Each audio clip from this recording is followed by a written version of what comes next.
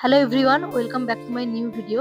তো এই ভিডিওটার জন্য আমি বহুদিন ধরে অপেক্ষা করেছিলাম যে কবে এই ভিডিওটা তোমাদের সাথে আমি শেয়ার করব। আর উপরেই দেখতে পাচ্ছ লেখা আছে রাইস সেরিমনি।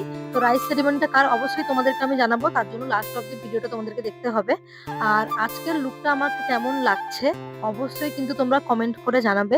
আর এই যে দেখো, এটাই হচ্ছে আমার দিদির লুক। আজকে দিদি কিন্তু নিজেই সেজেছে। আর এই যে দেখতে পাচ্ছ আমার দিদির কোলে বসে আছে দিদির ছেলে আয়ুষ। আয়ুষের কথা তো তোমাদেরকে আমি আগেই জানিয়েছি।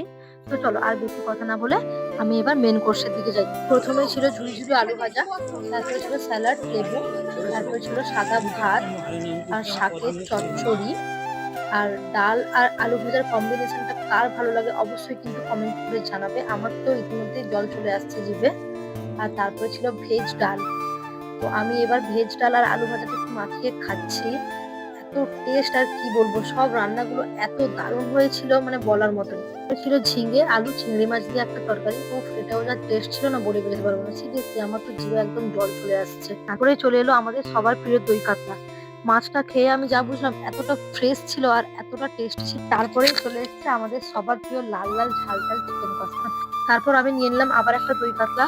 আমার এতগুলো মেনুর মধ্যে দই কাতলাটা সবচেয়ে বেস্ট লেগেছিল। তারপরে চলে এলো চাটনি। এটা ছিল কাজু আর কিশমিশে একদম ভরপুর। এটা ছিল আমের চাটনি। তারপরেই চলে এলো পায়েস। আর তারপরেই চলে এলো পাঁপড়। তো চলো আজকের ভিডিওটা এই অবধি।